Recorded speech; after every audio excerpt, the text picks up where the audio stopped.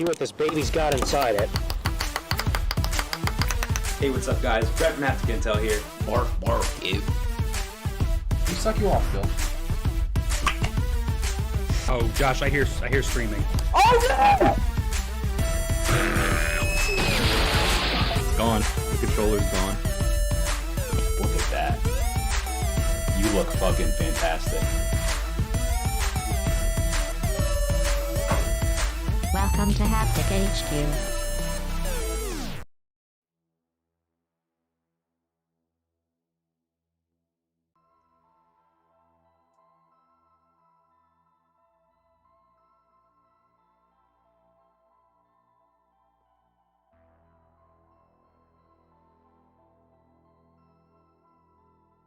That's it. That's the intro this week. No words. What's up? Hapticast episode 60. Hello. Welcome. How are you? What's up? We're here. For some reason, Grid Fam took a second to update there. I don't know what HBot was doing, but she was sleeping on the what do you call it? The ones and twos? Something like that, yeah. Something abysmal like that. So we're here now. Don't worry about it. How are you? What's up? I'm good. I am good. I burnt my roof of my mouth yesterday. I was eating homemade pizza, like Red Baron, the kind you just pop in the oven. Elio's? And not Elio's, Big like boy an actual pizza? like an actual circle, like pizza. You ever call it that, by the way? Elio's, you ever hear a big boy pizza? You ever call That sounds absolutely absurd. I've never heard it called that ever in my life. Used to call it big boy pizza. You did? Family, our family did. Why? Was it a brand? No, it was no. We were a strict Elio household. So, anyway, you were saying it's not delivery, it's DiGiorno? Well, there's a place called Big Boy's Pizza in New Jersey. No, that's not what we're talking about. Okay, that's ridiculous. Anyway, yeah, it was Red Baron pizza, and I put it in the oven and I cooked it, and I took a bite into it because the cheese wasn't that hot. And I was like, oh, I could easily start. I had a blanket on my legs, and I was starting to get warm. Okay.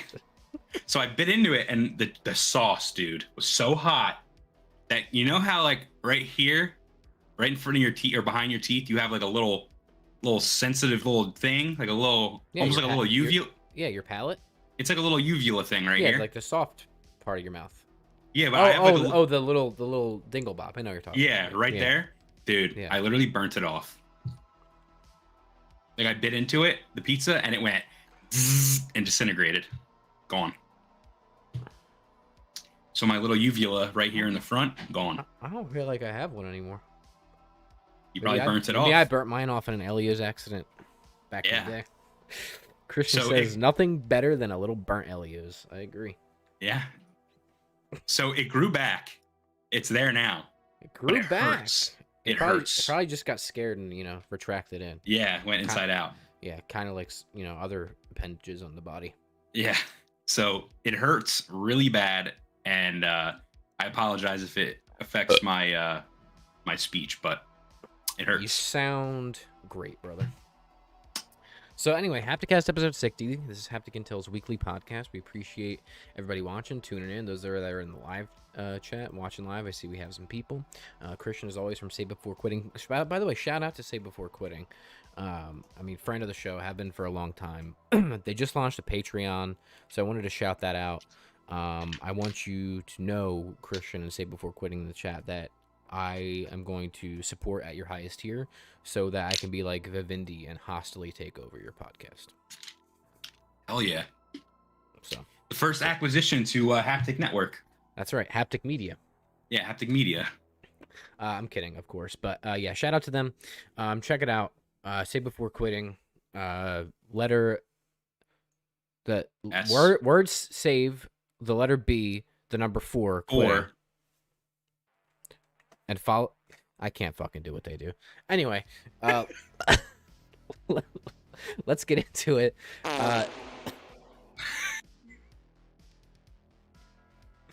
Let's get into it. Topic rundown for the week.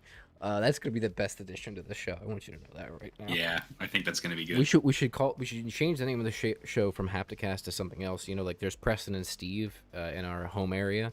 Yeah. Dingo and the Baby. was the parody one. Dingo from... and the Baby, yeah, something like that. Yeah. But the topic rundown. We got a lot of stuff to talk about today. So we're gonna go over the Abysmal Chronicles as normal. Our little kind of, I guess, news wrap up for the week of stuff that is really not big enough to make it into the main topics. Then the main topics, we're talking about Bungie joining PlayStation first-party studios. Huge, monumental news for the industry again this week as the great acquisition time of gaming. I could have come up with a better name than that. Continues. So we were talking about that. Talking about Overwatch 2 beta that could possibly be happening in the next couple of weeks. Last main topic of the day, we're talking about Elden Ring potentially being at risk of being hacked. What are you doing? And that From Software knew about some of these issues in their network for a while. And then, of course, we're going to be rounding out with Indie Intel, which, Brett, this week is the Bloodborne PS1 remake. Demake. Yeah. Whatever you want to call it. So that's what we're looking at. Christian says if SMEC and promo code is slick, we'll hop on the network, cuzzy. If the SMEC and promo code is slick, we'll hop on the network. I don't understand what that means. If the SMEC and promo code is slick. Well, I'll tell you this. The promo code is slick, but I don't know what the SMEC is. So, yeah.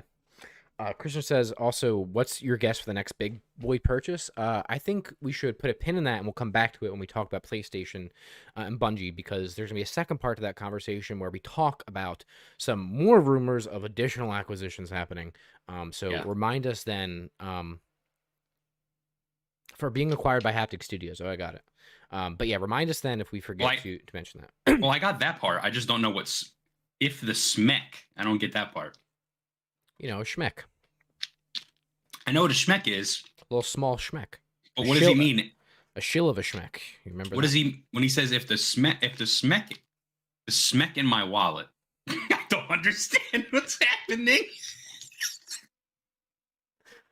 The schmeck in his wallet. You know, maybe it's like like you have pocket lint. Maybe he means like wallet lint. But he said if the SMEC and the promo code is slick.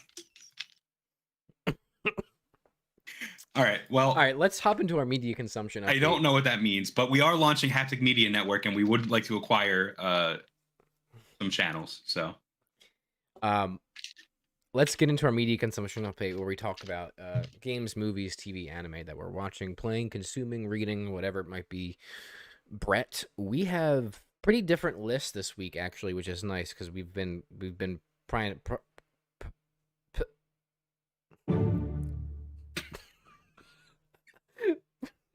primarily the same the last few weeks. So here's what I'm gonna do. I'm gonna go first. I'm gonna run these down for you. I'm gonna end with the three that we've been playing together, and then you'll take over. How does that sound? Okay. So first of all, movies. Short movie, The Back Rooms. I watched it. It's great. That's good to hear. I was looking forward to that one. Yeah, so this is something that kind of took the internet by storm the last few weeks. Actually, the last week. It hasn't been out that long. Over 10 million views. Holy YouTube shit! Right now, yeah, dude, over 10 million views. The dude has like almost 600,000 subscribers already from this. There was a little ARG that he did before it, leading up to it, and then after it as well, I believe too. I forget the creator's name. I should have probably wrote it down, but it's awesome. It's one of the best like little found footage ARG, horror things. Maybe since Marble Hornets, to be honest with you. The production quality of The Back Rooms is mind-blowing how they accomplished it. Now, I think they used Blender and were lucky with the filter they used for some of the liminal spaces in The Back Rooms, which is, of course, a famous creepypasta from back in the day. But it's immaculate. It's absolutely insane. I cannot recommend it enough, and it's actually scary. Like, it's not good. I have two questions. Yeah.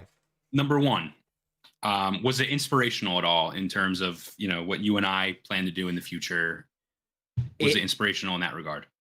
Yes, because I have this thing where I can't turn my brain off when I watch something, and I want to deconstruct how they film something, but also in the sense that a lot of times, we've talked about this before on the channel too, there's barriers that are like, oh, how can we even possibly shoot that? Well, you fucking point a camera at it and you put what you want people to see in the frame, and that's it.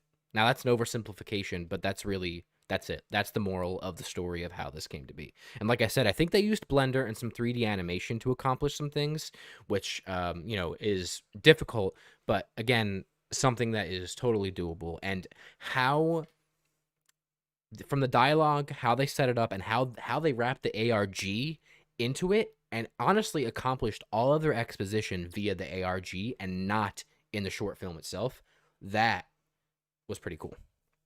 So let me ask you one more question, and then we can move on. But Mhm. so, what does this short film bring to the table that the other, examples of the back rooms hasn't done already? Like, for example, I've played indie games that were inspired by the backroom story, and I've played on that game Dreams on PS4. There was some creations inspired by the back room. So, what does this do? This short film do that hasn't already been done?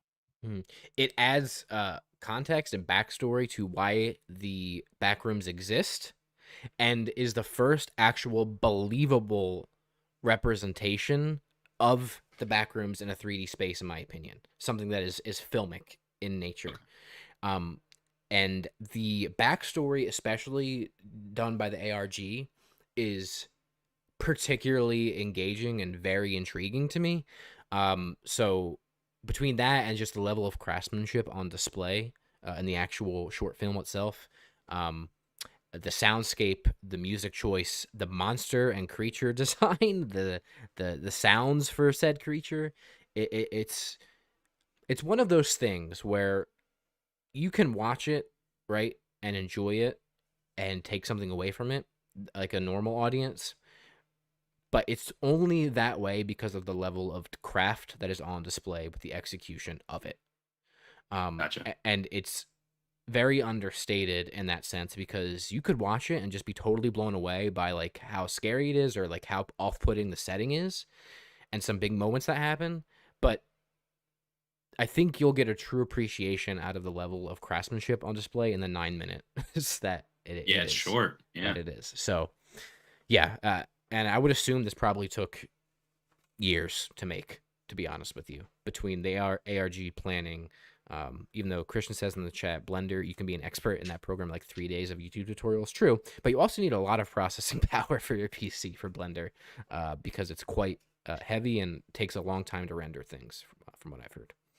But anyway, the back rooms, I highly suggest it. You can watch it for free on YouTube. Just search the back rooms. I recommend it. I watched it on something else, but that's up to you. So then, Brett, I watched Serenity, which is the movie wrap up of the Firefly series, which I also finished, by the way, the Firefly TV series. Nice. Serenity is good. It is a crime that Firefly did not get more seasons on Sci-Fi. Whoever pulled the plug for that should be ashamed of themselves. That show is phenomenal. It's fantastic. And the movie is really good and does as good of a job wrapping up so many storylines and characters in 1 2-hour session as it possibly could. So, Cool. highly recommend it. Another TV show I just finished was the new season of Ozark. Well, I've heard good things about that. That show slaps. Compare it to Breaking Bad a lot. It's not as good as Breaking Bad, but in the sense that where you are watching a constant train wreck, there is zero levity at all. Similar to when I talked about Battlestar Galactica, it is miserable. And the last episode of this, they're splitting up the last season into 2 parts, kind of like Breaking Bad did, where they did season 5 part 1, season 5 part 2, with a huge cliffhanger at the last episode of the midpoint of the season. And the entire last episode, I felt anxious and like my blood pressure was up and my heart was racing. And I haven't felt that from a show in a while. So it's a good show. I recommend it. Jason Bateman, Laura Linney is great, has a great cast. It's really good. So if you want to watch an abysmal family crime drug money laundering drama that is sure to get your heart rate pumping, then that's the show for you. Very cool. Rounding it out, games. Been playing Halo. Still playing Halo multiplayer. It's good. GTFO, you and I played again a couple times. Kind of put it on pause because I think it's evident that we need some support. So, Yeah. you know, Christian, maybe we're looking at you there. GTFO, we talked about it last week. And then, of course, Yu-Gi-Oh! Master Duel, which I've been playing, enjoying, being annoyed by. That game needs some serious changes and updates, but anyway. Josh has 27 hours plus in Master Duel. I needed something to tide me over until Dying Light 2 comes out, and this was the game for it. Because it just came out, snuck up on me, started playing it, and that was it. I wanted to finish Pokemon, but didn't happen. So, that's all I got. What about you? You all right? Yeah. I played a couple of games. So I also played Master Duel. I've hit the wall. So there's a wall in terms of the rewards you get. Sure. I've hit the wall. Building decks is extremely hard now. Mm-hmm. The game's still good. I've also played Halo and I've also played GTFO. The one that I want to talk about the most right now. I forgot about this. Is no, not that. Pokemon Legends Arceus. So this I want to talk to our chat. So I'm looking at the YouTube and the PlayStation, the YouTube and the Twitch chat right now. So if you're watching and you want to, Oh. Well, there he goes, folks. There he is. If you want to, join the conversation, let's do that. But so here's what I want to say. Pokemon Legends Arceus or Arceus, however you want to say it, is so surprising to me. I can't believe how good it is. It is the game that I've wanted my whole life for Pokemon. There are some things that I have issues with, and I wish that I could go down a list. So like I wish that there was more trainer battles. I feel like it's like battling has taken a back seat, and that's like a key part of Pokemon. So that's, whatever. But what the game lacks for in Pokemon battles makes up for it in catching Pokemon, which is kind of the core of the whole series. And you're going to be catching a lot of Pokemon. Like literally, you are going to be catching so many Pokemon in this game. And they make you feel like you're an actual Pokemon trainer who is catching these Pokemon. There are more issues than the good parts, sadly, Christian says. That sucks. I'm having a great time with it. I love the I forget, I think they're called Lord battles that they have. They're really fun. Boss fights? Yeah, they're like boss fights. It's like Dark Souls. And I'm actually I was trying to kind of do a no Pokemon run. So basically what you do is, Josh, you throw these bags of like food at the Pokemon and calm them down. And then eventually they get to a state where you can throw a Pokemon out and battle them. I was doing a no Pokemon run for the first 3 Lords, and then I got to the 4th one. My man couldn't do it. I had to use my Pokemon way too hard. Yeah. So I'm really liking the game a lot. Yuki says, really? Oh my God, I'm okay. I'm relieved to hear that because I've only heard not so hot things. See, that's what's interesting. Like Yuki saying she hasn't heard, very hot things about it. Christian is saying there's more issues than good. I've been seeing nothing but praise for this game. Before it launched, I was seeing a lot of people shitting on it, but after launch, I've just seen a lot of people saying how this is the perfect game for them. Like this is what they want. I'm having a lot of fun with it. I really am. I don't really care for the fact that it takes place in the past. It's cool how they adapted some of the technology, like the Pokeballs and the Pokedex and all of that. Like seeing that is cool. And even seeing descendants of characters from Diamond and Pearl, like that, the great grandfather or whatever of a certain character. That's cool. But this style of game, I want for a modern Pokemon experience, because there's a lot of things missing from this that I think has to do with the fact that they couldn't figure out how to do it. Yeah. In the past. So I've seen mixed things. I've seen good things. I've seen not so good things about it. But from what I'm hearing, it seems like a lot of the things that are in there that old Pokemon fans really like are kind of not fully realized in some sense, including like traversing the open world and some of that stuff, that if they were to stick with this formula again for a little while and really kind of elaborate and build on it, then they could have something really truly special. Yeah, 100%. And I think what you mentioned is like, you have to remember, this is the first time they've done this formula. Okay. They're finally straying away from what they've done, the formula that has worked for so many years. Right. Right. And I think if you're going to overly criticize this new formula, we're never going to see anything like it. And it's never going to get better. So I see what Christian's saying. He said the world biomes are so boring with no interesting places. Or landmarks. I agree. It's a big open world basically, and there's just Pokemon everywhere. There's no landmarks. There's no people. It's just a big open world. But I don't even really mind that. But yeah, I certainly see that. But you have to remember, this is their first crack at this. I think it's a great first attempt, and I want to see more of this in the future.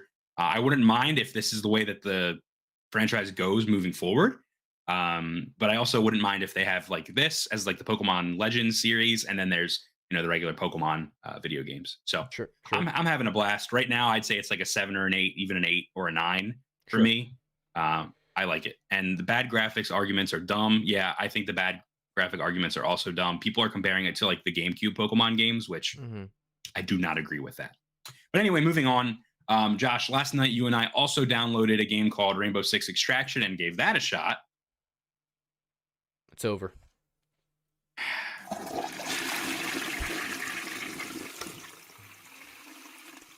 Yeah, it's just even exactly. Couldn't have said it better myself. Yeah. It was fucking bad. It was not good at all. We literally loaded up a game, got in, and I killed you. We were doing a mission, and then I found something else. I activated it, and because you guys didn't come to where I was, even though you were doing a mission that was, integral to what we were doing, it automatically killed you guys. And I was the only one. It was ridiculous. So yeah, game sucks. Gunplay feels good, but that's never been Tom Clancy's problem. So yeah. Christian says, "Give me your thoughts on the first hour." I'm assuming you mean a Pokemon. We can talk about that later off the pod. I don't want to dwell on it too long, but yeah. So and then I haven't watched any movies, but I am watching some shows. Again, I'm watching Peacemaker. I'm watching Righteous Gemstones right now. Very funny shows. Start that, yeah. If you haven't seen either, check it out. But then the most important thing is I am rewatching Attack on Titan. I am on the episode where Eren has to carry the big boulder in Titan form. And he just gets assigned to the scout regiment. So Levi just beat the shit out of him in court. For the record, I never made it past season 2. I think that show has a big issue where they take way too long to make seasons. So after season 2, after like years of waiting for more content, I just gave up. I stopped watching. And now I'm going to watch the whole series up until the final episode. So please no spoilers. I don't know what happens after season 2. Even probably a lot of season 2. I probably don't even know. So, well, you're in for a treat, my friend. That's all I can tell you. Yeah, and it's I'm rewatching it and I'm seeing a lot of the great moments. So I'm really enjoying that. Heck yeah. That's all I got. All right, Brett. Let's go ahead and run through the Abysmal Chronicles quickly, shall we?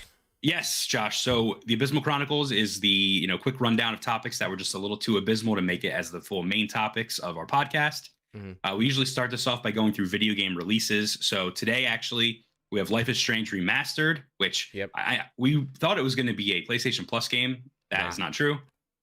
It's releasing on every single console and Google Stadia. Again, it comes out today. Dying Light 2 is coming out for PC, Xbox, and PlayStation on February 4th, which is this Friday. We're picking that up, right? Oh, am I picking that up? Yeah, we're co-oping it, right? Oh my God, my man, you're not gonna see me again for a long time. Okay. We're gonna play it together, right? Yeah, sure. Okay. When you're available. Oh, you're just gonna play it without me, huh? I see. I'm platinuming the game, my man, so trust me, I'll have plenty to do. Okay, hold on. I platinumed the first game far before you even played it. Okay. Sure. Don't get this twisted. All right. I'm not getting it twisted. Okay. That's out February 4th. I'm hardly gonna focus on the main story at all. Me too. Ali Ali World comes out February 8th, and I see a note here that Danny Trejo's in the game. That's the only reason I put it on this list. Okay, I'm a big fan of Ali Ali. And I was gonna Yeah, say, I remember you being a fan of Ali Ali something. too. Yeah, Ali Too, Ali yeah. is good, and you can actually pick up Ali Ali. It's like a 2-pack of the first and second game. I got it for like $2 on Switch. So like, if you haven't, tried it before, it's a skateboard game. It's really fun. Two It's little not schmeckles. 3D. Yeah, it's not 3D like Tony Hawk. It's 2D, and you do tricks and you grind, and it's cool. Two schmecks from the Code Slick or whatever Christian said, right? Something like that. Yeah. And then finally, Sifu is releasing on February 8th. That's the game made by the guys who made Absolver. Yeah, I completely forgot that game was pushed up. So, I mean, you want to talk about being packed? Dying Light 2, Sifu, Horizon, Elden Ring. A lot of games coming out. Yeah. Wallets must be protected. Yeah. All right, moving on to some of the Abysmal Chronicles topics. So first off, I have Final Fantasy VII directors are sharing 25th anniversary messages and promising even more new projects. This is coming from Eurogamer. Square Enix has shared a message from the Final Fantasy VII directors to begin celebrations of the game's 25th anniversary. New logos for the anniversary were unveiled on Twitter, and if you haven't seen them, they are fucking slick. This also marks the 35th anniversary of the Final Fantasy series, which is fucking crazy. And then they did an update. Eurogamer did an update on this article. Final Fantasy VII Part 2 remake, Final Fantasy VII Remake Part 2 reveal is set for this year. So that doesn't mean it's coming out this year. It just means that they're finally going to show off what they've been working on. What do you have to say about that, Josh? Anything? I want Part 2 of the remake. It's not coming out this year. I'd actually be surprised if it comes out next year too, to be honest with you. Considering how long the first part took and how much more there is. Also, it's kind of like a like a little Hail Mary type thing. I think it's going to end up being 3 parts. Oh no. See, that's the thing, man. Like I was going to say, we didn't even realize it was going to be in parts until, a little bit closer to the game actually released. Yeah, it's going to be a trilogy, my man. I'm telling you right now, everybody mark the day, February 1st, 2022. I was right. Okay. Wow. Okay. Have you seen the logos that they showed off? Now you have. Now I have. Yeah. They're really good, right? They're cool. Yeah, they're nice. Has everybody else seen them? Keep talking, and I don't know. I'll just throw them behind us. That's all I had for this topic. But yeah, I mean, it's very possible it could be a trilogy. I hope it's not. But I've never played Final Fantasy VII all the way through, so I've only played what is in the remake. Yeah.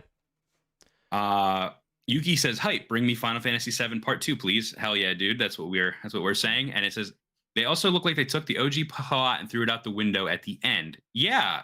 Well, that kind of happened throughout the whole game, is that they're creating like an alternate timeline of the game, which we've discussed in the past is actually a great thing for newcomers of the series and for people that have already played it. Because if you've already played Final Fantasy VII, you don't want to play the same, or maybe you do, but it's nice to have like little things that change throughout the story. That way they're keeping it fresh for you.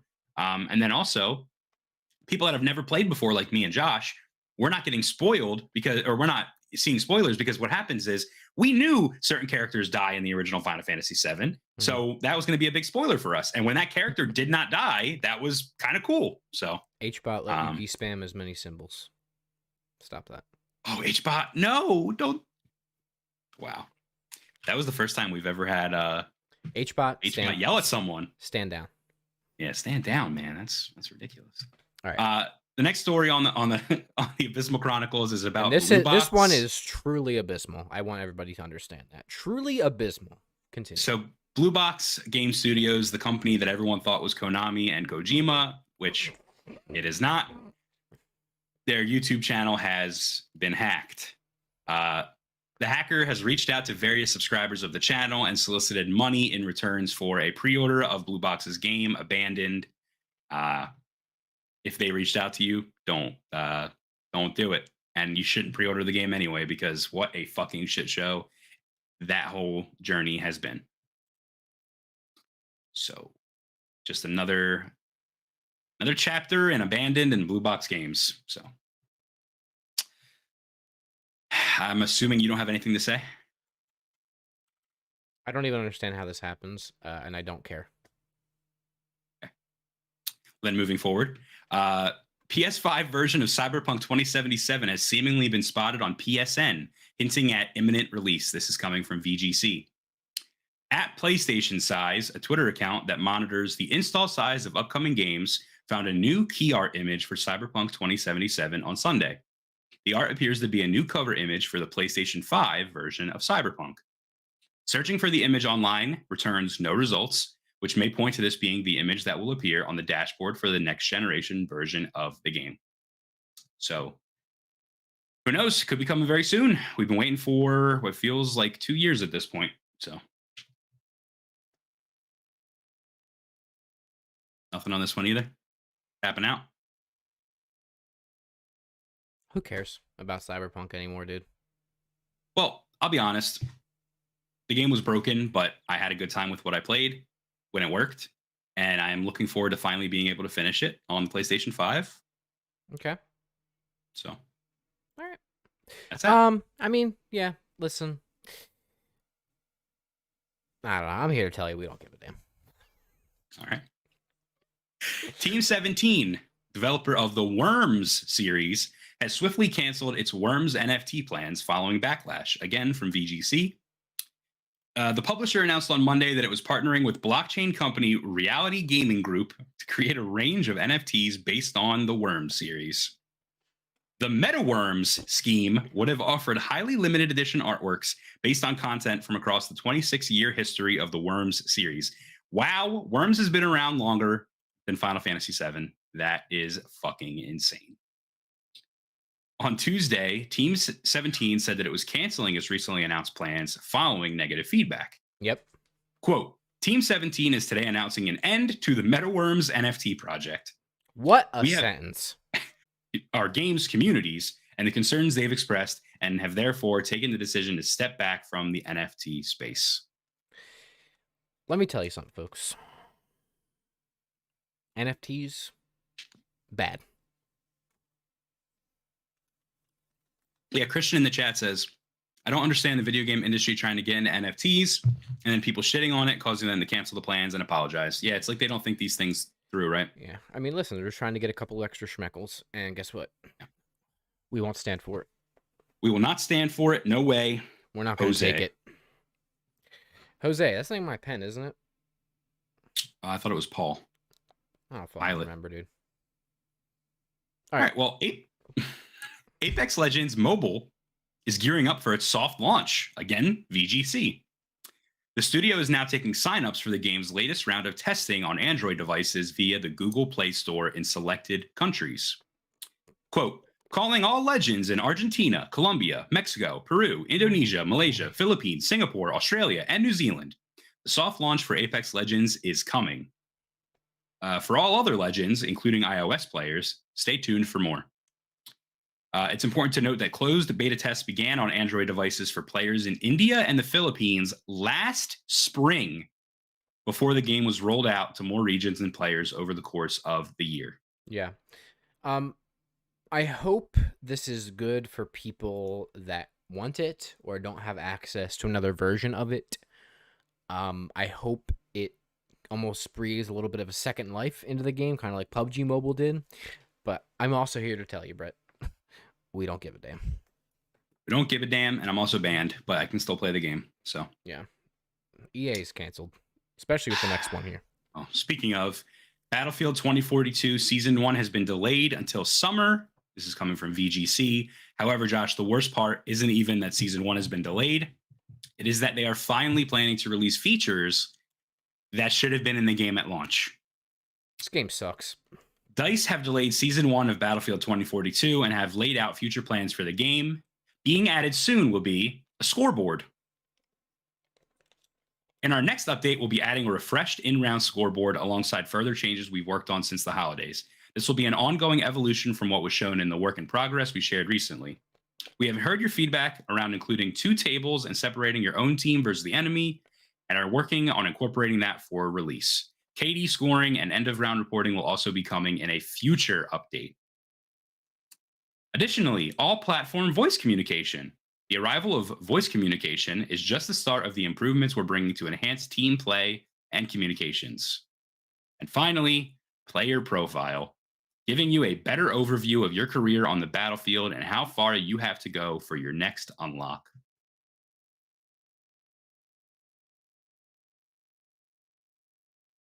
What a mess. Amen. Just absolute dog shit. I literally cannot believe it.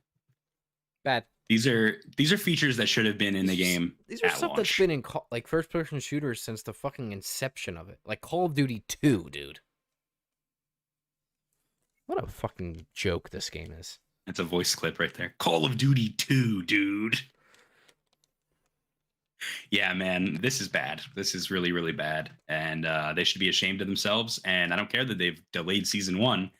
They should have delayed the game. So that's all I got for you in the Abysmal Chronicles. But before we move on to our main topics, Josh, I do want to let everyone know that we are indeed sponsored by Dubby Energy.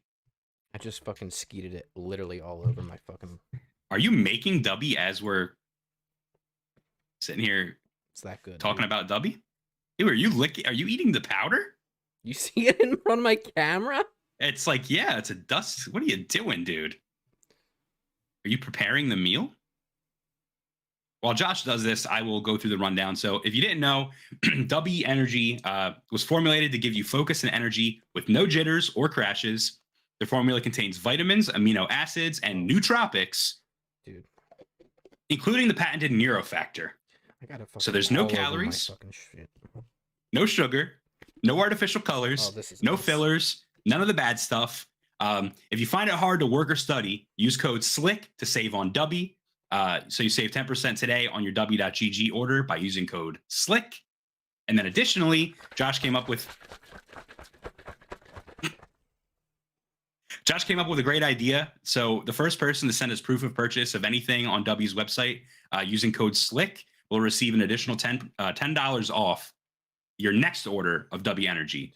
And that is slick. So That's right. So basically, DM us proof that you used our code at checkout.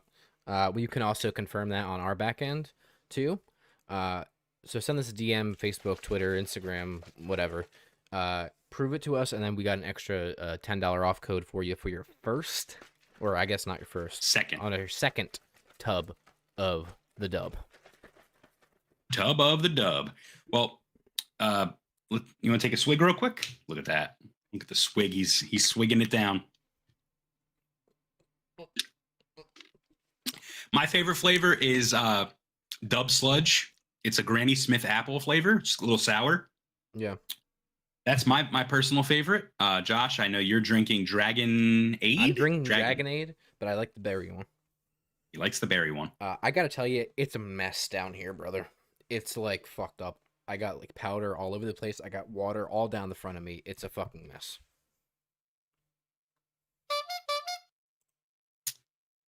With that being said, Josh, I think there's no...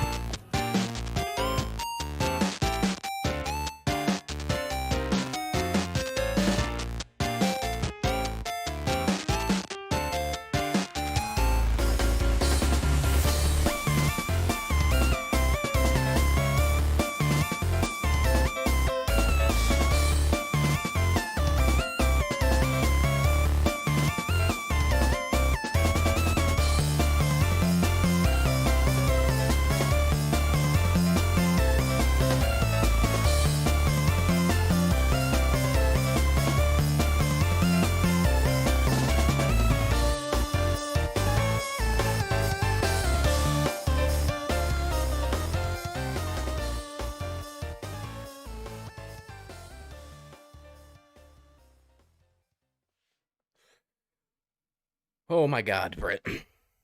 That was funny. That got me. Not gonna lie. Oh, there is fucking powder everywhere, brother. Oh, I'm making it worse.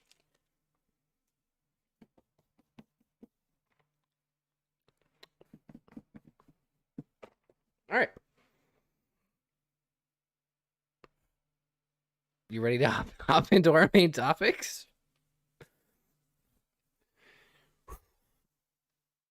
So, Brett, Bungie has acquired Haptic Intel. That's right. But We were bought by Bungie, ladies and gentlemen. we're bought by Bungie. Yeah. Wow. So Bungie has joined PlayStation, Brett. Jim Ryan announced on Monday that legendary developer Bungie, from time of recording this, Bungie is joining PlayStation's first-party studios as an independent, multi-platform studio and publisher. Jim Ryan says in part, quote, Bungie will remain an independent and multi-platform studio and publisher. We believe it makes sense for it to sit alongside the PlayStation Studios organization, and we are incredibly excited about the opportunities for synergy and collaboration between these two world-class groups. What a bunch of gobbledygook there. Bungie will be fully backed and supported by Sony Interactive Entertainment and enabled to do what they do best, build incredible worlds that captivate millions of people, end quote. That's pretty good. So he continues, quote, Bungie's world-class expertise in multi-platform development and live game services will help us deliver on our vision of expanding PlayStation to hundreds of millions of gamers, end quote. So I want your first initial reaction to this news, and feel free to hop into the comments as well, everybody. But yeah, what was your kind of initial reaction about this, and then what do you think? And then we have some more to get into. So first of all, I want to just set the stage. So I remember I was at work and I saw it on my news feed on Twitter, and I was like, holy shit. I sent it to you, I sent it to all the guys, and I was like, holy shit, like this is fucking crazy. So my initial thought was like, this is big, right? Yeah. And then I started reading more, and I was like, holy shit, this is actually bigger than I thought. Because now they're saying that there could be more in the future. But also, this is coming off the heels of Xbox acquiring Activision Blizzard, which means that Xbox now has Call of Duty at their disposal. And, a lot of people were saying Sony, PlayStation really need their own first-person shooter that they can, put up against Call of Duty now. Sure. And I want to quell this now. I want to put this to bed. PlayStation did not buy Bungie overnight. It did not take 2 weeks for this to happen. PlayStation has been, looking to acquire Bungie for what had to have been months at this point. Yeah, this is not. It doesn't happen that quick. This is not a response to the Xbox Activision acquiring. Exactly, and it really bothers me because that's not what happened at all. And even if they did do it in response, so what? Yeah, but that's how people think though, right? Because they live in their own console war sphere, you know what I mean? And that's people's brains are so fucking tiny and small that's the only way they see it. Well, yeah, because you have people like Randy Pitchford that says there's no competition at all, and then you have people like that are on the other side where it's one big competition and you can't have both, right? Yeah, I just got a W in my eye. Nice. Continue. Yeah, I mean, look, I'm really excited to see what happens. We know the history of Bungie. They were with Xbox. They did Halo, and then they went with Activision and did Destiny, and then they went and they did their own thing away from Activision and continue to do Destiny. Mm-hmm. So I hope this is a mutually beneficial deal. I hope that PlayStation gets a little bit out of it. I hope that Bungie gets a little bit out of it. And there's been some rumors and stuff alluding to the fact that this could be a movie and TV series type of deal as well, where Destiny just becomes this big, huge franchise. So yeah, who knows? That's a good point. And I want to read Christian's comment and then continue off of that thought. He says, yeah, I don't know how I feel because I've fallen out of love with Bungie games. Well, it's big. I'm like, meh now. So let's focus on that game aspect of Christian's thing. I think we need to think about this a little bit bigger than just video games, right? Yeah. They are effectively acquiring the Destiny IP, right? Which is huge in its own right. And that will continue to be milked. The live service element of that will continue to be milked. They'll continue to now make money off of, multi-platform support with it. They can build TV shows and universes and spin-off games and product lines and all this other crap off of that. However, Brett, across all of that multimedia stuff they could do with that, I think there's not enough discussion about the live service element that Bungie is providing to PlayStation. I think it's pretty clear that is a big slice of pie that PlayStation is missing, right? Some sort of continuous live service game. Xbox now has Halo, and it's a first-person shooter. And while Destiny could fulfill that for probably a while, I think there is infrastructure and experience that Bungie is bringing to the table with live service monetization that PlayStation probably wants for a lot of other things. You look at things like their Nix's acquisition and for like PC ports and some of these other things. I think it's a very strategic partnership in that way, albeit different than a lot of other PlayStation acquisitions in the past. But I think that really should not be understated. And for me, that's what I think about. And that might not come to fruition for 4, 5, 6, 7 years down the line. But that's a huge strategic move, I think, by PlayStation in this regard. Yeah, I think so too. And then there's also just the simple fact that maybe they acquired them for more than Destiny. And sure, like you're saying, like for that live service thing that they offer, perhaps they will be making the next big Sony IP, and it's going to be a multiplayer IP. You know, yeah, we don't know. Resistance, dude, that would be sick if they rebooted Resistance with them at the helm. That would be cool. They got the experience for it. First person shooter, alien focused, great worlds that they've created, excellent lore. You know, developers, they just need to actually put it in their game. You know, I mean, that's a no brainer. Yeah, that's a good one. I can see that. It's a no brainer. Or a completely new one. Yeah. And Bungie will be a Destiny studio for a long time, but that is not going to be the only game that they're working on 100%. And then there's the publishing arm that they have too, which you have to think about, because Bungie is now PlayStation's publishing arm to all of these other platforms that they never had access to before. Bungie is that publishing arm. So I would not be surprised if you see PlayStation, first-party studios games published by Bungie.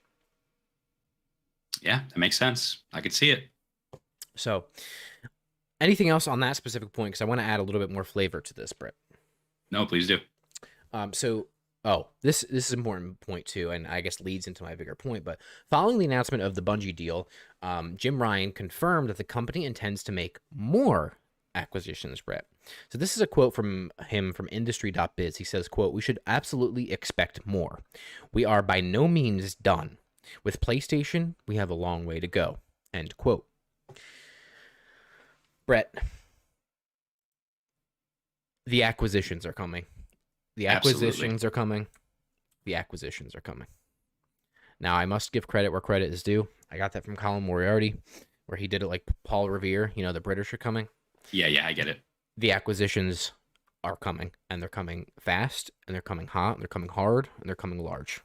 So further games industry consolidation is reportedly on the horizon, Brett, with key industry figures claiming plans for several big acquisitions that are at an advanced stage. And that comes from our good friend Jeff Keighley, friend of the show, which is in the tweet behind you.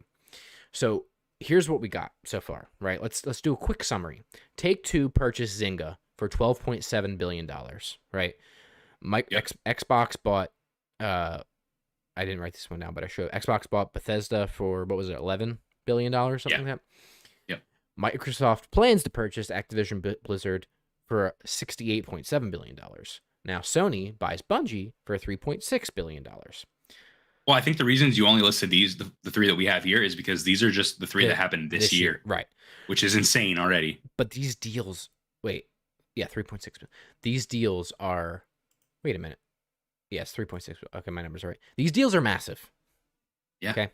So today, at the time of recording this, Jeff Keighley was talking about consolidation in the industry, and he suggested again that more major deals could be announced sooner rather than later, which again is why I put this tweet up behind us.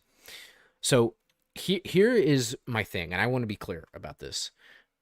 I am completely against any of this consolidation. I don't like it. We've talked about it for a while, and I know you and I's viewpoints differ slightly on this.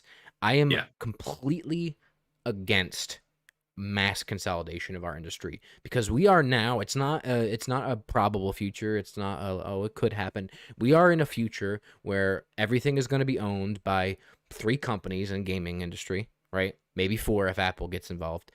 And that's it. You're going to have the Sony pie, you're going to have the Xbox pie, you're going to have the Nintendo pie. Maybe you have the Apple or Amazon pie, but everything is going that way, just the way that movies are. I don't like it. I don't want it. I think it's bad for business. I think it's anti-consumer, and I'm concerned about that future. And I'm not even saying that we won't benefit from it as gamers. I'm saying from a personal standpoint, I disagree with it. Yeah, I hear you. I think about this kind of stuff as a fan of pro wrestling and sports in that regard, where I see it as creating competition and the consumer always wins. Yeah, it's abysmal that like one company is going to own several other large companies, and the monopoly that is bound to happen. Look at Tencent, it's already happening there in China. That's a whole nother conversation, but yeah. So yeah, like I'm totally against it. Like it's, I don't love it, but I do see like, as consumers, listen, we're in a capitalist society. It fucking sucks. This is the way it is. We're just pawns living in it. And, if this is good for us, the pawns, the plebs that are at the bottom level, then fuck it, dude. We don't live long enough. Fuck it. That's how I see it. But we're already seeing it in terms of competition being good for the consumer with PlayStation launching, Project Spartacus, which is the Game Pass competitor. So, we're already kind of reaping the benefits of this competition. And, Phil Spencer's, he's playing hard right now. And he's humble and he's cool and he's, friendly. But Phil Spencer is going hard in the motherfucking paint right now. He's an assassin, dude. He's just fucking chilling right now. And honestly, I love it. And I think that Jim Ryan is going to get a wake-up call, and he probably had a wake-up call. And I hope that they do start acquiring some motherfucking companies. And it's good for those companies because, they might need that financial help, Sure. So I don't want to get to a point where we lose the ability to create things outside of this like system currently. Yeah. And while PlayStation doesn't have a ton of portfolio diversity in the sense of what they're known for their first party games, like first person or third person action narrative games, I don't want to see a world where things like that go away because of how ballooned those budgets have become, which is a separate conversation. And we trade it off for the subscription popcorn like Netflix types of services. Where, I mean, to be fair to Netflix, they've also produced great films, no doubt, and great television. But yeah, but they've also canceled several great things because they're abysmal. For every successful show they have, there's 70 that go by the wayside. You know what I mean? So I think that's even successful. I think that's an actual accurate figure, by the way. Yeah, even successful shows get canned, just for no reason. Yeah. So I'm concerned about this, and the biggest one, even more so than PlayStation, Xbox, that I'm concerned about is Tencent. Yeah, and we should really have a longer conversation about that one day, maybe when we can do a little bit more research. But that one scares me. Yeah, specifically. Me too. But anyway, I'm with you. That's it. All right. Well, then moving on, let's talk about something. It's kind of in the same vein. It's related to what we were just talking about. In that, Activision Blizzard was just bought by Xbox, by Microsoft. We're going to be talking about Overwatch 2, which is, of course, a Blizzard game. The beta for Overwatch 2 could be happening really soon. And I know that might sound surprising if you're not, up to date with the news. But yeah, it's finally happening. We're finally getting some Overwatch 2 news and possibly a playable beta. Yeah. So new information about Overwatch 2 has been basically non-existent. And any news would be overshadowed right now by all the news with Activision Blizzard, not just being acquired by Xbox, but also all of the stuff with Pedophile Jones. What was his name? Bobby Kotick? Yeah, him. And the workplace harassment and everything that's going on. But the game was delayed last year, before all of this anyway. Right. And now Game Rant is reporting that several members of the Overwatch community are making assertions that a public beta test of Overwatch 2 may be soon on the horizon. These reports are mostly speculation and based on some potentially private information, which definitely, contains some NDAs. But the chatter around the news and the timing may add up. Mm-hmm. One sleuth is making an educated guess that the Overwatch 2 beta could be happening as soon as 3 weeks from now. So before I go on with what they found, what do you think about this? You still excited for Overwatch 2 or no? Absolutely not, dude. This boat is not only gone, sailed away in a different country on the other side of the world. It's been fucking shipwrecked, sunk, and had fucking algae grown over it. Yeah. This game is gone. It's way past its time. It's so irrelevant, and I don't care about it. I spent a lot of time with Overwatch, and I really do love that universe and those characters, and I would like to get back into it. But knowing that certain people like Jeff are no longer with the team, and all this stuff that's going on, I'm just worried it's going to be a shell of its former self. I don't really know what's taking so long, considering it seemed more so like just an update than it did an actual sequel. But nonetheless, YouTuber Worst Sombra, which is a nice name, has compiled a series of clips from the streams of content creators that were invited to the big meeting between Overwatch content creators and Blizzard back in December of last year. Their video shows the streamers being cagey about any news regarding Overwatch 2. Some streamers even said on camera that something could be happening before March. Worst Sombra's video also included a tweet from Blizzard head Mike Ibarra? How do you say his name? Mike Ibarra, dude. Mike Ibarra, Capybara, stating that news about Blizzard's games, including Overwatch 2, would be coming in a few weeks. Finally, Twitter user Fire the Gull tweeted out, Overwatch 2 beta is very likely being announced in about 3 weeks. A router update for some game services like Battle.net included an update for Overwatch with _demo in it, or something similar. Someone on the forums, I'm assuming the Overwatch forums, provided evidence as well. Expect big news soon, in my opinion. Big. So, yeah. Listen, I'll play the beta, 100%. I mean, we put, 500 hours into first Overwatch game? 400 or 500 hours? Yeah. You might have even put more in than me. I love that game. It's really good because it allowed me to play competitively in a support role and actually feel like I was helping the team, which in games like that I really enjoy doing. Listen, that was the best fucking Mercy and Lucio you've ever seen. All right, don't get me wrong. Okay, I love that game. My point is that this game, the writing is on the wall that this game is going to feel like an update. The biggest thing is the PvE stuff, which I'm interested in, and I hope that's good, but I still feel like it's too little too late, and I'm so worried about everybody that has left the studio and everything just surrounding it that this is not going to be what we want it to be. Yeah. I hear you, and I'm worried about that too. But, at least if there's an open beta, we can try it out. We can see what it's like.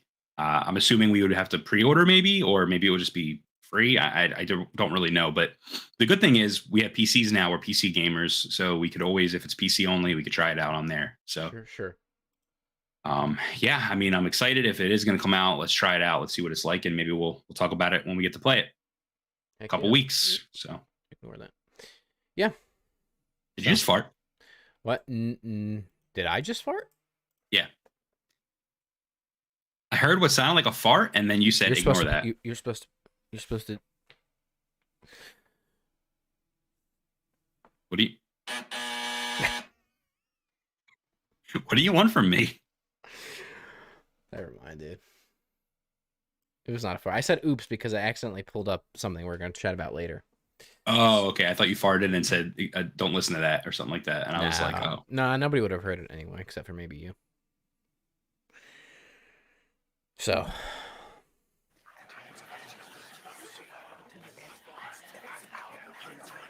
You hear that? Sounds like chatter. Sounds like it's like there's rumors going around.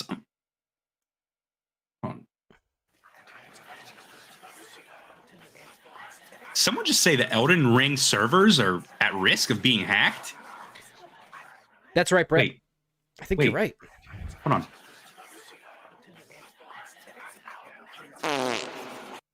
Oh.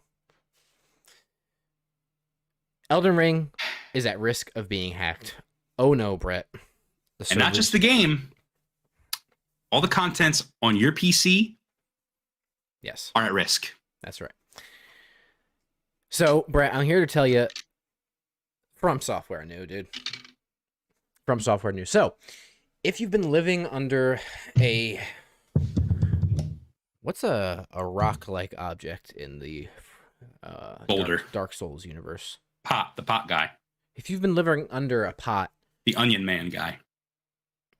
If you've been What's his living name? under Siegfried's asshole for last few weeks, or week rather, you might not know that the Dark Souls servers have been offline for over a week, Brett. So on January 23rd, Bandai Namco temporarily removed PvP servers for Dark Souls Remastered, Dark Souls 2, and Dark Souls 3 following the discovery of a severe remote code execution, RCE, vulnerability, which was said to allow abusers to take control of other players' PCs. Over a week later, right, which is where we're at now, the Dark Souls PC servers remain offline, Brett. And guess what? There's no word of when they're going to return. If this game launches without multiplayer because of this, What do you got? What do you think? that's a problem. A big one. So it gets worse. Oh boy. Apparently, Bandai Namco has been aware of severe security flaws within its Dark Souls games for years. With developer From Software's next Souls game, Elden Ring, just weeks away from release, people who have dug into its network test netcode, Elden Ring's, claim it could share the same issues. One of the people behind the discovery of the vulnerability told VGC that they had made Bandai Namco aware of the issue over a month ago, and that neither the publisher nor the developer From acted upon the warning until it was made public in a last-ditch attempt to provoke action. This happened on Twitch a week or a little over a week ago, if you remember. So another member of the Dark Souls community, separate from this person, told VGC that they made the game's publisher aware of a second, yet to be made public RCE as far back as in 2020, and that it remains unfixed. The person who discovered the latest RCE alleges that there are serious issues with all of the Souls games' shared network infrastructure, and said they believe it is inevitable that Elden Ring will feature the same exploits, which, quote, probably will be ported. That's a typo, I think. Probably be ported without issues and used on release by malicious teachers, end quote. That's bad. So VGC has apparently been told of over 100 cheats, hacks, and security vulnerabilities within Dark Souls 3 specifically, some of which are listed behind us. There's a whole list of them, including the RCE stuff that we talked about and some other exploits. But the RCE stuff is the worst right now. Many of these will only affect PC players, but they can cause a variety of issues on all platforms. So apparently, VGC saw some correspondence between these people that discovered the RCE vulnerabilities, and while those people wish to remain anonymous, they were shown the emails sent to Bandai Namco support team, which were acknowledged by Bandai Namco, and spent several days putting together this PDF document, emailing more vulnerabilities to Bandai Namco and how to fix them, along with links demonstrating the RCE in action. I know this is a lot of text, but this is just... Both emails were acknowledged, first on December 11th, second on December 16th, with the customer service rep saying, quote, the information has been sent to the dedicated team so they can investigate and take the necessary measures, end quote. And over a month later now, Brett, nothing. So this one of these people took to Twitch to capture it. So, and, kind of forced From and Bandai Namco to address it. But, I mean, they took the servers down, so. That's true. So they finally addressed it, but this is bad, man. This is real bad. And this comes at a terrible time. It's now or never. They have to fix it now, or... You have to fix it now. Can you imagine if, first of all, if the game right? If Elden Ring ships, right? Even if it just affects PC players, if this vulnerability is in there, especially now that it's public, and they would choose to ship the game and have the online features with this exploit in there. Well, who knows if this only affects PC players? There are PC players that can cross-play with you and invade your game, right? That's true. I don't know the technical workings of it. All they said was that it could impact other systems too. Yeah, But who's to say that they don't have the ability to like brick your PS5? It's true. But can you imagine if that happens, or if it launches without multiplayer turned on, co-op? Bad. If you never played a Souls game before, I mean, co-op is it, brother. So. It's my phone, sorry. Hello? Hello? Oh, Miyazaki from Software. Hey, how you doing? Oh, you got some haptic intel for me. What do you got? Uh-huh. Yeah. Okay, so you... Gotcha. Oh, so you're delaying Elden Ring until 2023. Okay. And... Oh. Oh, okay. Thanks. Yeah, big fan. Thank you so much. Yeah. Yeah. Mm-hmm. Love you too. All right. Bye. What was that, dude? What did he say? Hello?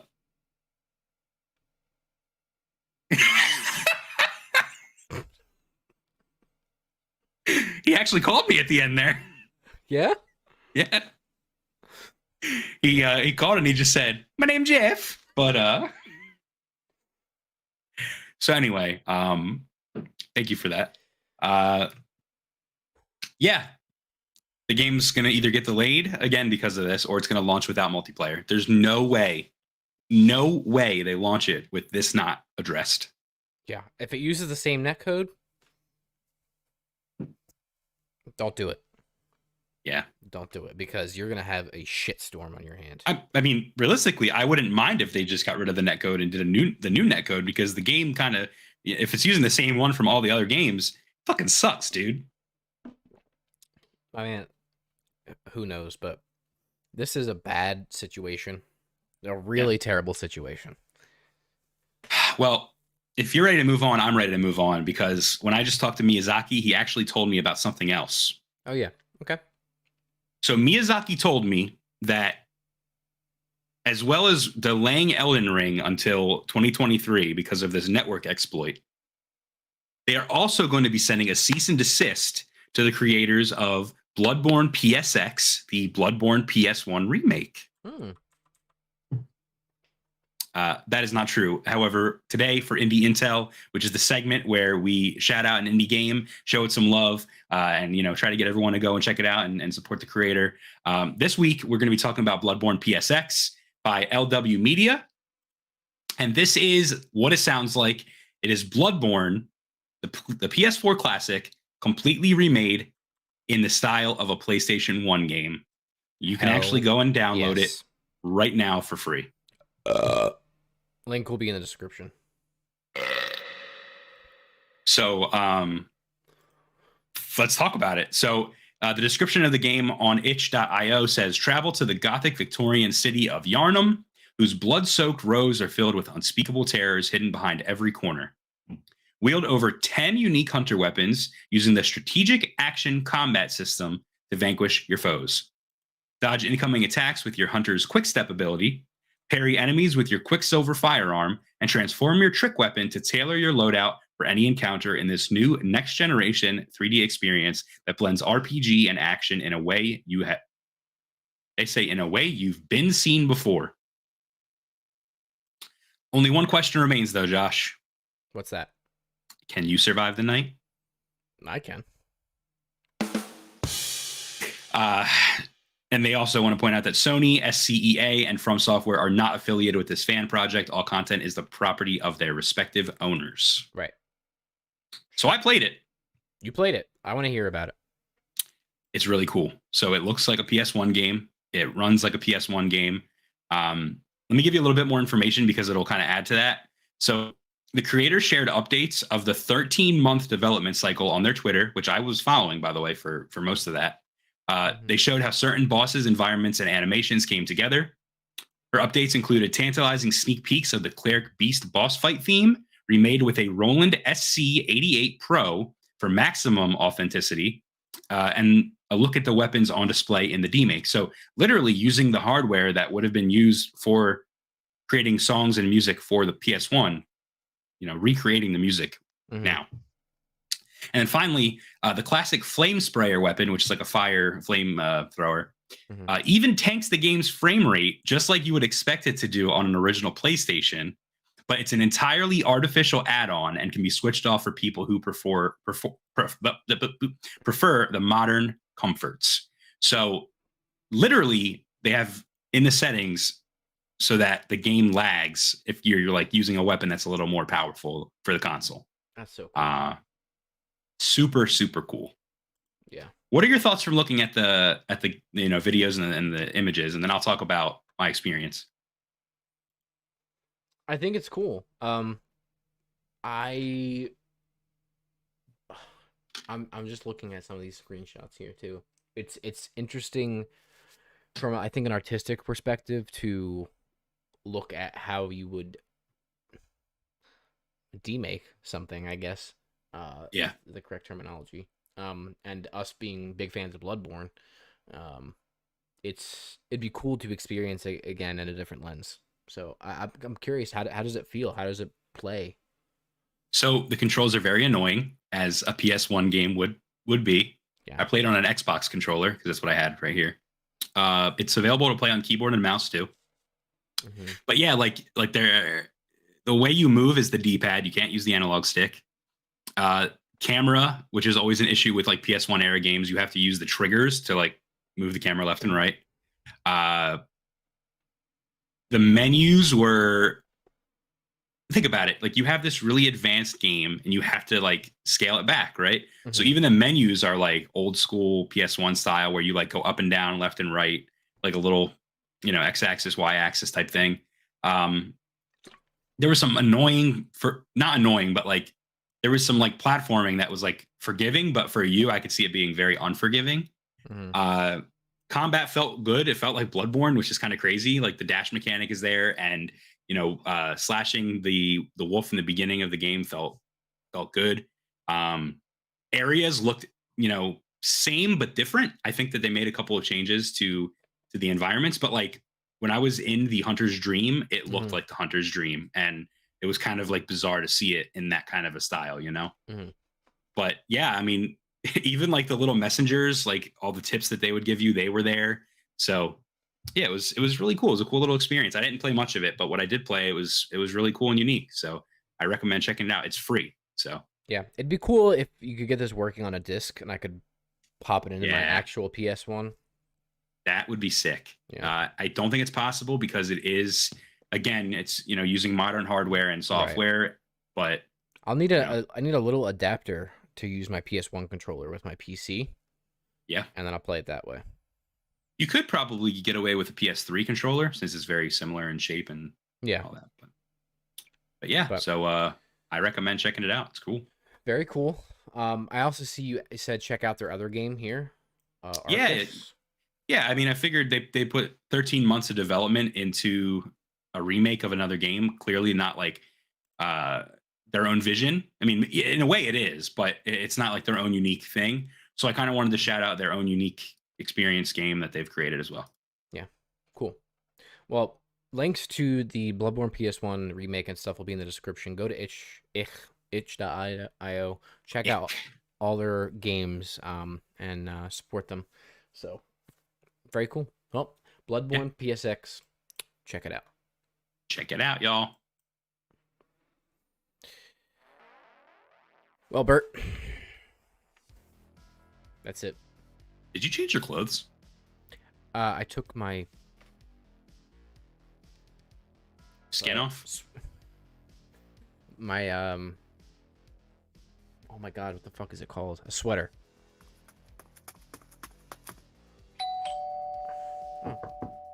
Let me open the door over here. Yes? Hello? Alright.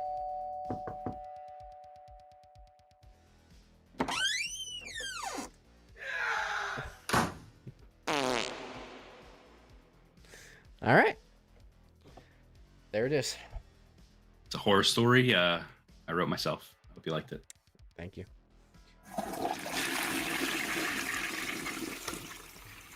Well, we appreciate everybody tuning in live or on playback. Any of the videos, being here, chatting. We appreciate you and we love you. Yes. Make sure you subscribe, make sure you like, make sure you comment, make sure you share it with a friend. Make sure you go to Dubby, link in the description, and use code SLICK for 10% off at checkout. And then when you do, send us proof that you have done so via DM on whatever your favorite platform is. And then we'll give you a little $10 coupon code off of your next Tubby. Dubby. Shout out to Hideki. Hideki? What's his first name? Miyazaki? Yeah, what's his first name? I don't know. Dark Souls Miyazaki is Hidetaka Miyazaki. So shout out to Hidetaka Miyazaki for calling in and telling me his name was Jeff. Appreciate that. And thank you everyone else. Yeah, we have merch available. I'm wearing a shirt with those Oh my god, I couldn't even tell. being keyed out, dude. That's a limited edition. I don't even know if that one's available anymore.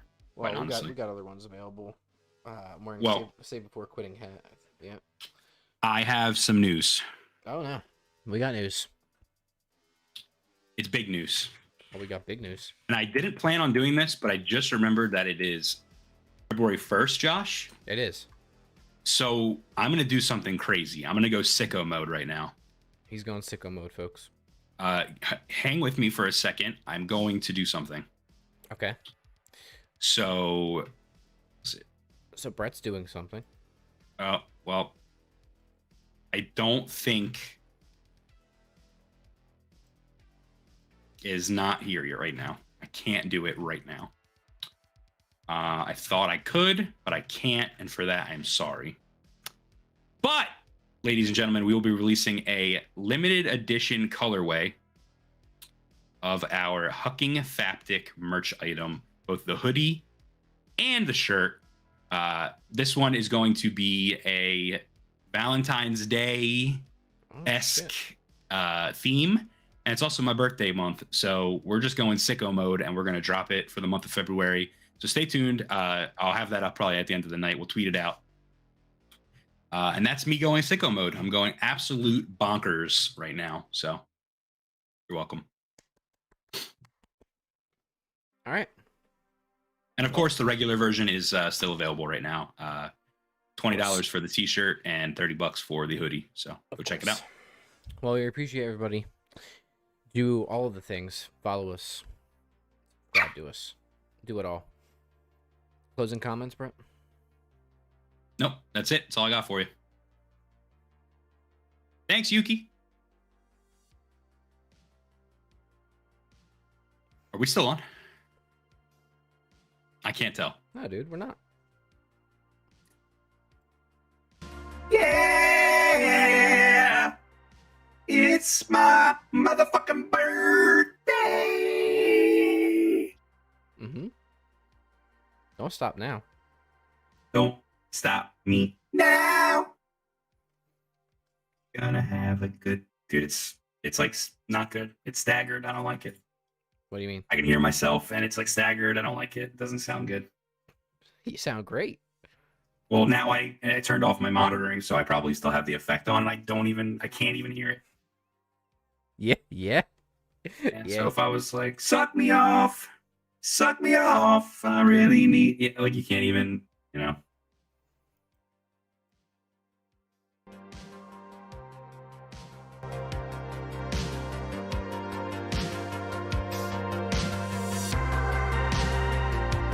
Are we out right now, or are we still in, or Am I in the Matrix right now? Or wherever you want to be. What the